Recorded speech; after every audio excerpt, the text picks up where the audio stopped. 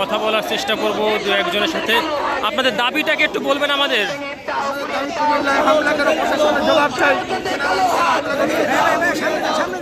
Diploma polytechnic ইনস্টিটিউটে উচ্চ শিক্ষার জন্য একটি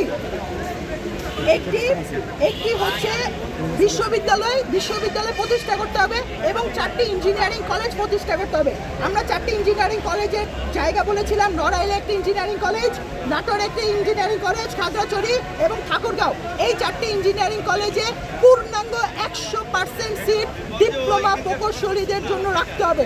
শুধু ডিপ্লোমা প্রকৌশলী নয়, ডিপ্লোমার পাশে যারা মনোটেকনোলজি আছে তাদের জন্য উচ্চশিক্ষার জন্য এই সুযোগ রাখতে হবে এবং এই 4টা কলেজ ইউনিভার্সিটি হচ্ছে ডুয়েটের আন্ডারে থাকবে।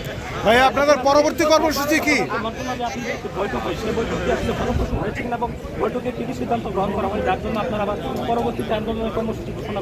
আচ্ছা, যদি আমাদের কালকের বৈঠকটা ফলপ্রসূ হতো তাহলে আজকে আমরা আন্দোলনে নামতাম না। তারা আমাদেরকে ধোঁকা দিয়েছে। সুষ্ঠু কথায় আমাদেরকে বলেছিল তারা শিক্ষা উপদেষ্টার সাথে আমাদের মন্ত্রণালয়ের সাথে কথা বলবে, কিন্তু আমাদের প্রতিনিধিদের সাথে শিক্ষা মন্ত্রণালয়ের সচিবও কথা বলেনি। একদম মানে কি বলবো, আমাদের আশ্বাস দিয়ে মিথ্যা আশ্বাস দিয়ে আমাদেরকে নিয়ে যাওয়া হয়েছে। আমাদের কালকে কর্মসূচি ছিল রেলপথ ঘেরাও করা বা বয়কট ব্লকের কর্মসূচি ছিল, কিন্তু তারা আমাদের মিথ্যা আশ্বাস দিয়ে আমাদেরকে এখান থেকে নিয়ে গেছে। আমরা একেবারেই শিহরিত বলতে পারি।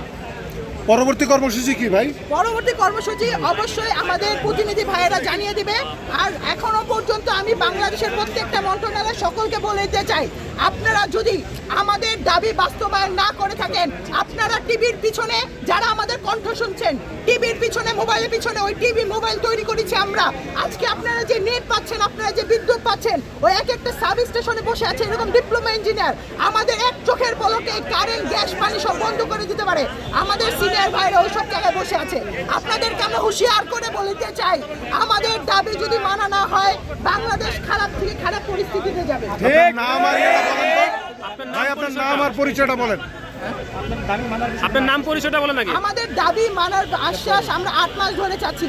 আমাদের যে সচিব এই দায়িত্ব নিয়েছিল কারিগরি বোর্ডে, কারিগরি সচিব, তাকে সরিয়ে দেওয়া হয়েছে এবং নতুন আরেকটা সচিবকে দেওয়া হয়েছে। আমরা বিশ্বাস করি কারিগরি এই ধ্বংস করার পিছনে জাতীয় কোনো স্বার্থ নেই, আন্তর্জাতিক একটা স্বার্থ আছে। কারণ বাংলাদেশে আমরা জানি 25 লাখেরও অধিক বিদেশি নাগরিক এখানে কর্মরত আছে। যদি বাংলাদেশে অত্যাধুনিক মানের জ্ঞান সম্পন্ন ইঞ্জিনিয়ার তৈরি হয় তাহলে তারা বাংলাদেশে কোনো ভাগ পাবে না। তারা কোনো ভাগ পাবে না। আমরা যদি মানুষের মতো, আমরা যদি ইঞ্জিনিয়ারের মতো ইঞ্জিনিয়ার তৈরি হয় তাহলে তারা কোনো ধরনের চাকরি পাবে না। ভাইয়া আপনার নামটা বলেন।